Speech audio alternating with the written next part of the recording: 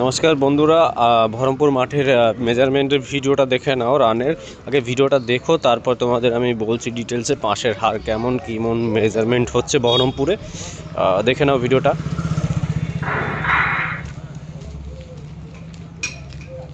ঠিক আছে, রান করছে, শুরু হয়ে গেছে।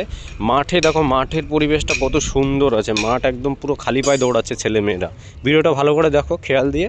সবাই খালি পায়ে দৌড়াচ্ছে। খালি পায়ে দৌড়ালে কী বলো তো, খালি পায়ে তোমাদের রানিং স্পিডটা বেশি হয়, ওই জন্য সবাইকে বলি যে খালি পায়ে দৌড়াতে। ঠিক আছে, দেখো পুরোটাই একটু ভিডিওটা স্লো মোশনও করে দিয়েছি যাতে দেখতে পাও খালি পায়ে দৌড়ানোটা। ঠিক আছে, এবার আসি তোমাদের পাশের হারের কথা। ঠিক আছে, বহরমপুরে পাশের হার খুব বেশি। ঠিক আছে, 100%-এ 80% পাস করছে।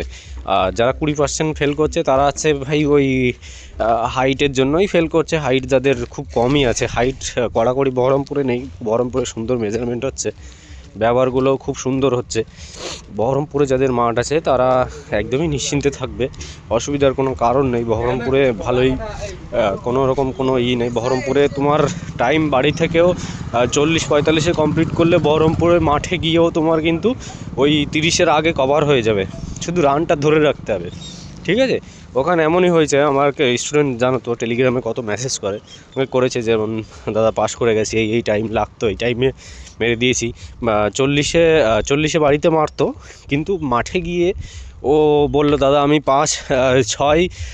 6-20-তে মেরে দিয়েছি। তাহলে ভাবো 20টা সেকেন্ড মাঠে গিয়ে কতটা বল নিজের মনের জোরে তোমার মাঠে গিয়ে দৌড়াতে হবে।